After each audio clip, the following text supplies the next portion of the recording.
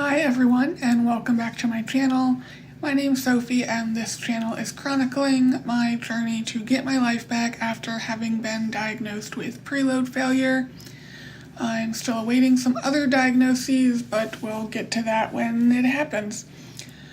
Today I wanted to kind of extrapolate on my recent COVID infection, how I'm doing now, how I was doing when I was sick, and whatnot. So I made some notes, so I will be looking at the computer screen. So it's been about a week since I tested negative. So I first tested positive on July 21st. It's really hard to say when my symptoms started because I was in Ohio and they've been having some crazy weather. So I was having headaches off and on, but I sometimes get headaches when the weather changes, so that wasn't really abnormal. I will say about 2 days before I tested positive, when I took my temperature in the morning, it was elevated. Now, I didn't feel sick. I wasn't taking my temperature because I felt sick. I take my temperature every morning when I take my blood pressure, so that is the only reason I knew it was elevated. And it was still normal. Normally it's 97.4 or so in the morning, and it was 98.8. So I was kind of wondering if something was going on, but again, I didn't feel sick. I wasn't having any overt symptoms that would clue me in. Before I flew home on the 20th, both my friend and I did take COVID tests, and they were both negative. I suggested we took it because the symptoms we were both having matched the symptoms of the current variant. So like I was saying, the headaches, the slightly elevated temperature. I don't think either of us were coughing or anything like that. Basically just allergy symptoms. And we had been out to eat at a restaurant, and I had, of course, been to the music festival. So I thought it would be a good idea to take a test before I went flying. And again, we both tested, we were both negative.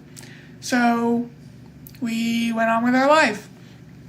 By the time I got home, I had deteriorated. I mean, I wasn't horribly sick, but I was worse than when I left in the morning. So when I got home, my temperature was over 100, and it would eventually peak at 101.8, which I believe is 38.7 Celsius. I've looked it up numerous times. This is the fourth time I've tried to record this. I think it's 38.7 Celsius, and it wouldn't go back below 100 consistently until Sunday. So basically from Friday to Sunday, my temperature was over 100. I was sleeping a lot. I slept on and off basically from the time I got home on Wednesday. So Wednesday around 5 p.m. until I woke up to take my medicine on Thursday morning around 5 p.m. When I woke up on Thursday, I did email my primary doctor to let her know I had tested positive, and I told her what my symptoms were, what my temperature was. I told her that my lungs sounded clear, that I had a slight cough, but it was productive, and that I would just rest and hydrate and push electrolytes and fluids. She responded saying, "Okay, rest, hydrate, let me know if you get worse." So most of the day Thursday I spent sleeping. Friday I did email her again with a longer list of symptoms, just sort of everything that was going on. So I was having chills and body aches from fever. I was having more consistent intermittent chest pain than I normally do. Every time I moved my head, my neck hurt. Every time I moved my eyes, my head hurt.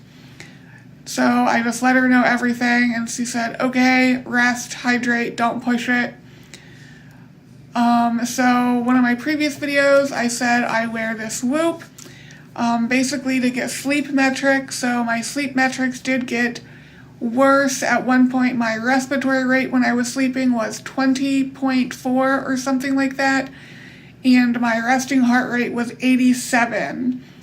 By Monday, they were back to normal. They were actually lower than normal, so my respiratory rate was like 15.6 and my resting heart rate was 62. So by Monday, basically everything was back to normal. The only real symptom I had left over was sinus congestion, which I started taking Mucinex for, and that was really helpful. And still to this day, especially when I wake up, I get crackling in this ear when I swallow. But other than that, I seem to be back to normal. So I was not offered any antiviral or any type of prescription medication. I just stayed home, rested, hydrated, and then eventually I was taking the Mucinex, and that was helpful. I wanted to remake this for, like I said, the fourth or so time because I wanted to make it after I had done some sort of exertion and not just sat around the house. So yesterday I did walk to and from the local hospital to get some lab work done.